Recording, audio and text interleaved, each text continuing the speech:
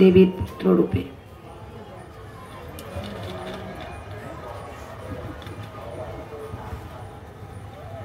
আর যখন তিনি অবতীর্ণ হলেন কিরকম খ্রিস্টাব্দ, আমরা 539তম গৌরাঙ্গ হরির আবির্ভাব তিথি পালন করব। মানে 539 বছর আগে এই নবদ্বীপে মহাপ্রভু অবতীর্ণ হয়েছিলেন। সেদিন ছিল ফাল্গুনী পূর্ণিমা।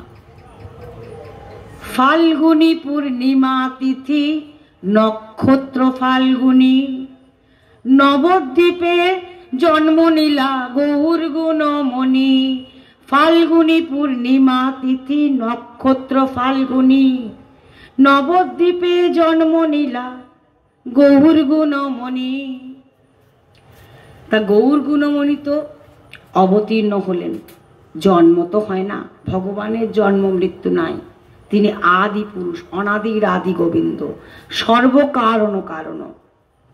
তাই তার আবির্ভাব হলো। সেদিন ছিল চন্দ্রগ্রহণ, সন্ধ্যাবেলা। পদকর্তা বলছেন, মহাজন, যে কেন চন্দ্রগ্রহণ, কেন? কারণ অকলঙ্ক গৌরচন্দ্র দিলা দর্শন, সকলঙ্ক চন্দ্রে আর কি বা প্রয়োজন? চন্দ্রের তো কলঙ্ক আছে, সেই চন্দ্রের আর প্রয়োজন নাই। কারণ আমাদের নদিয়া ইন্দু অবতীর্ণ হলেন, নদিয়ার চাঁদ গৌরাঙ্গ, আমরা কত আদর করে ডাকি, নদিয়া ইন্দু করুণা সিন্ধু ভকত বৎসলকারী। গৌর তো আমাদের, গৌর আমাদের, আমাদের আমাদেরই প্রাণ, নদিয়ারও প্রাণ গোরা আমাদেরই প্রাণ, গৌর আমাদের। তাহলে এই গৌর হরিকে নিয়ে আমাদের কত আনন্দ, কত গর্ব। তাই বলছেন, অকলঙ্ক গৌরচন্দ্র দিলা দর্শন, সকলঙ্ক চন্দ্রে আর কিবা প্রয়োজন। এত জানি রাহু কইল চন্দ্রের গ্রহণ, কৃষ্ণ কৃষ্ণ হরি নামে ভাসে ত্রিভুবন।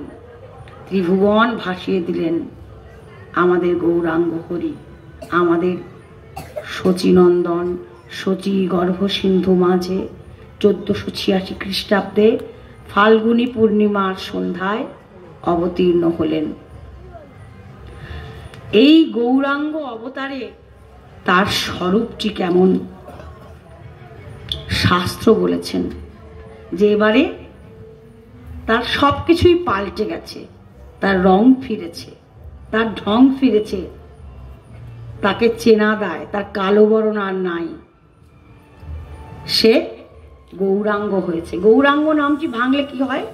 গৌরযুক্ত অঙ্গ, যার অঙ্গকান্তি গৌর, অর্থাৎ কৃষ্ণ বর্ণ নয়, উজ্জ্বল সোনার মতো যার গৌর বর্ণ, সেই গৌরাঙ্গ।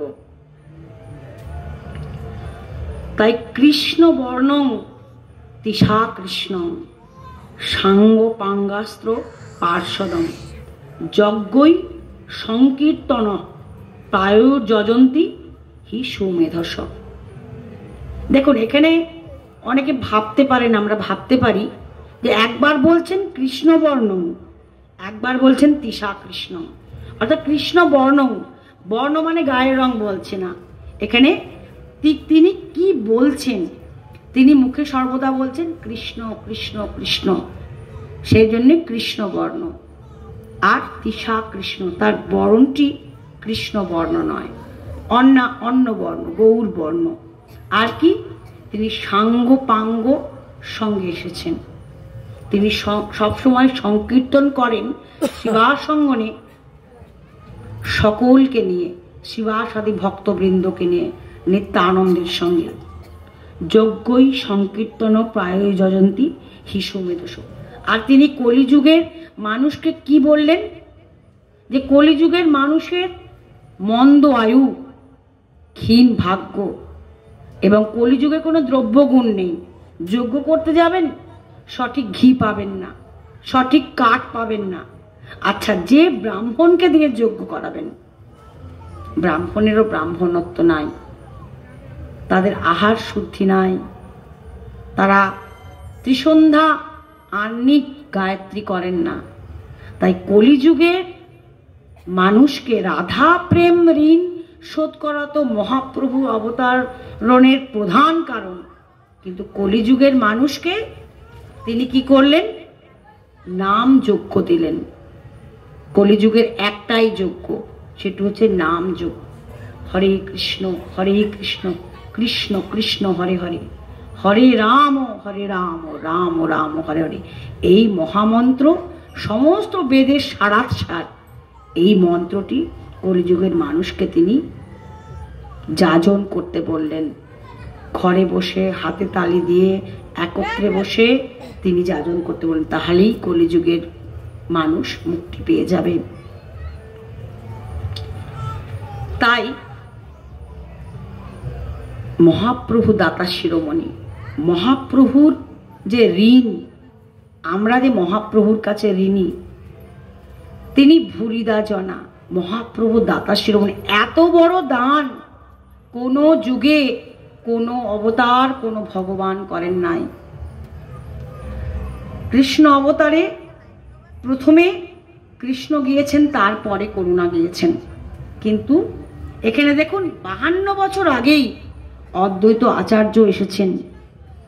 মহাপ্রভু 52 বছর আগে, মহাপ্রভুর থেকে 12 বছর পূর্বে করুণা নিয়ে কে এসেছেন? মহাপ্রভুর আগে নিত্যানন্দ প্রভু এসেছেন। এবং এই অদ্বৈত প্রভুই কিন্তু গঙ্গা জল তুলসী দিয়ে তৎকালীন নবদ্বীপের বা রাঢ় ভূমির যে অবস্থা, কেউ কৃষ্ণ বলতো না, কেউ গীতা ভাগবত পাঠ করতো না। অদ্বৈত প্রভু কেমন ছিলেন? তিনি বেদ পঞ্চানন। তিনি তাই তুলসী আর 1 গণ্ডূষ গঙ্গা জল নিয়ে প্রার্থনা করতেন যে আমার প্রভুকে আমি আনবই, কলিজীবকে উদ্ধারের জন্য আমি আমার প্রভুকে আনবই। তাই তিনি গঙ্গা জল আর তুলসী নিয়ে প্রার্থনা করতেন, একবার এসো হে জীবকে হরি বলাইতে, একবার এসো হে জীবের দশা মলিন দেখে, একবার এসো হে। তাই মহাপ্রভু যখন এলেন তখন তিনি বললেন, ব্রহ্মা যেমন ক্ষীর সাগরের তীরে ভগবানকে ডেকে নিয়েছিলেন, সেরকম মহাপ্রভু বললেন, সুতিয়া ছিনু মই ক্ষীরোদ সাগরে। সেই ক্ষীরোদ সাগরের ক্ষীরাব্দি সাই নারায়ণী তো মহাপ্রভু গৌরাঙ্গ হরি। আসিত হইল মোরে নাড়ার হুঙ্কারে। নারায়ণ দেশে জন্ম, তাই অদ্বৈত প্রভুকে নাড়া বলতেন। তাই মহাপ্রভু দাতা শিরোমণি, তার দান, আর তার নাম তো বিশ্বম্ভর। চৈতন্য লীলার ব্যাসদেব মহাপ্রভু নিত্যানন্দ প্রভুকে একসঙ্গে বর্ণনা করেছেন। আজানুলম্বিত ভুজ কনকাবদাত সংকীর্তনৈক পিতরৌ কমলায়তাক্ষ বিশ্বম্ভর দ্বিজবর যুগ ধর্ম পালৌ বন্দে জগৎ প্রিয় করো করুণাবতার। অর্থাৎ নিত্যানন্দ হরি গৌরাঙ্গ হরিকে একসঙ্গে বর্ণনা করেছেন এবং ভগবত্তার কিছু কিছু লক্ষণ আছে। আজানুলম্বিত ভুজ, বাহুটি জানু পর্যন্ত লম্বিত, পদ্মের পাতার মতো টানা টানা চোখ। সংকীর্তনের পিতা মাতা, পিতা সন্তানের বীজটি দেন মাতৃগর্ভে, সেরকম সংকীর্তনের পিতা হচ্ছেন গৌর হরি। সংকীর্তনকে পৃথিবীব্যাপী ছড়িয়ে দিয়েছে নিত্যানন্দ হরি। দুজনেই ব্রাহ্মণ বংশে জন্মগ্রহণ করেছিলেন, একজন মিশ্র বংশে, একজন বন্দ্যোপাধ্যায় বংশে। হারাই পণ্ডিত মুকুন্দ বন্দ্যোপাধ্যায়ের পুত্র নিত্যানন্দ হরি, জগন্নাথ মিশ্রের পুত্র গৌরাঙ্গ হরি। আর কি সংকীর্তনক পিতরৌ কমলায়তাক্ষ বিশ্বম্ভরৌ। দেখুন, বিশ্বম্ভর কথাটি তো মহাপ্রভুর নাম বিশ্বম্ভর, কিন্তু এই পুরো শ্লোকটি দ্বিবচনে আছে। বিশ্বম্ভরৌ একসঙ্গে বলছেন। তাই নীলাচলে যখন সন্ন্যাস গ্রহণ করে কলিহত জীবকে উদ্ধারের জন্য মহাপ্রভু সন্ন্যাস নিয়েছিলেন। তাই নিত্যানন্দ প্রভুকে বলছেন, শ্রীপাদ, আমার নাম তো বিশ্বম্ভর ছিল, বিশ্বকে নাম প্রেমে ভরে দেওয়ার অঙ্গীকার করেছিলাম, আমি সেই কাজটি অসম্পূর্ণ রেখে গেলাম।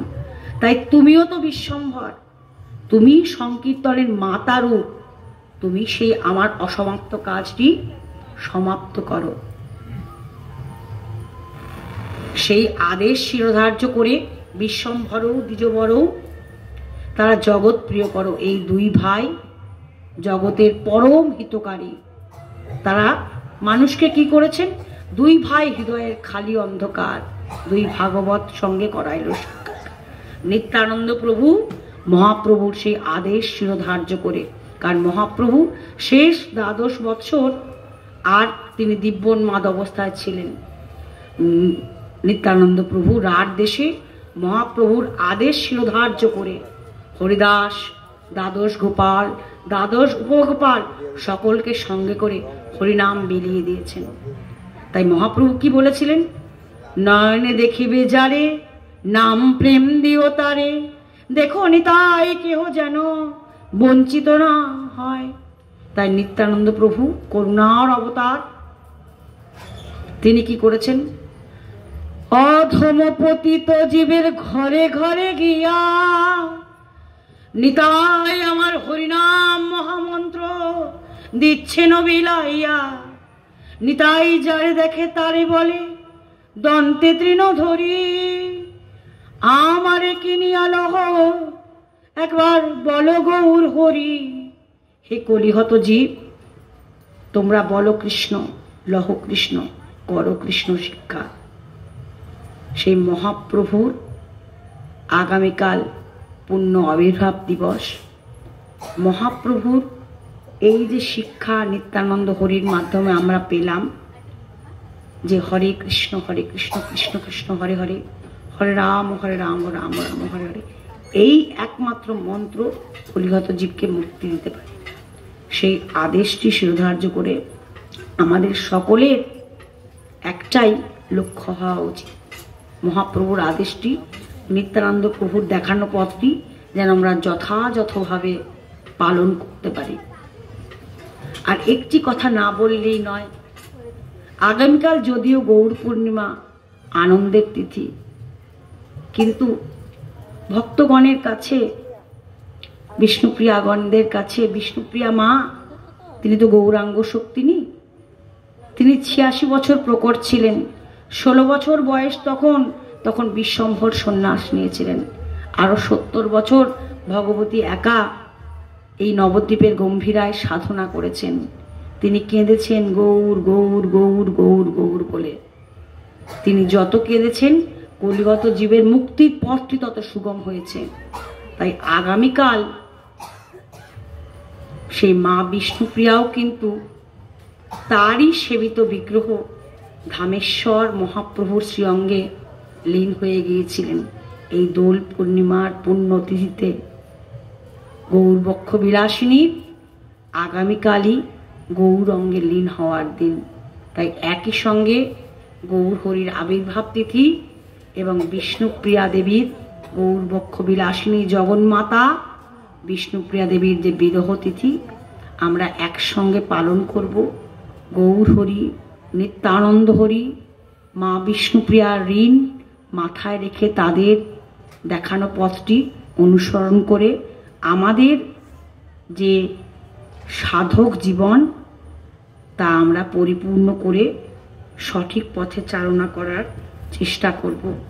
এই বলে আজকে এই চরব্রহ্মনগরের ভাগবতী কথার আসরের ভাগবতী কথা, গৌর হরির কথা সামান্য আস্বাদন করিয়ে এই কথার এখানেই বিশ্রাম গ্রহণ করছি। জয় নিতাই গৌর হরি বল, জয় শ্রী রাধে, জয় শ্রী রাধে, জয় শ্রী রাধে।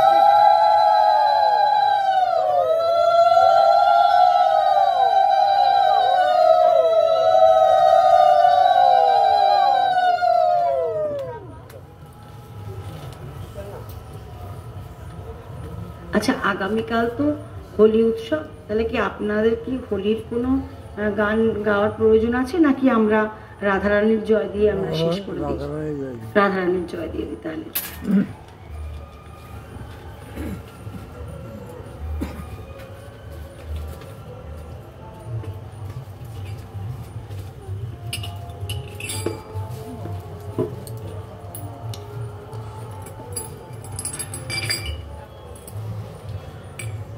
জয় জয় রাধে গোবিন্দ রাধেন্দ্র, জয় জয় রাধে।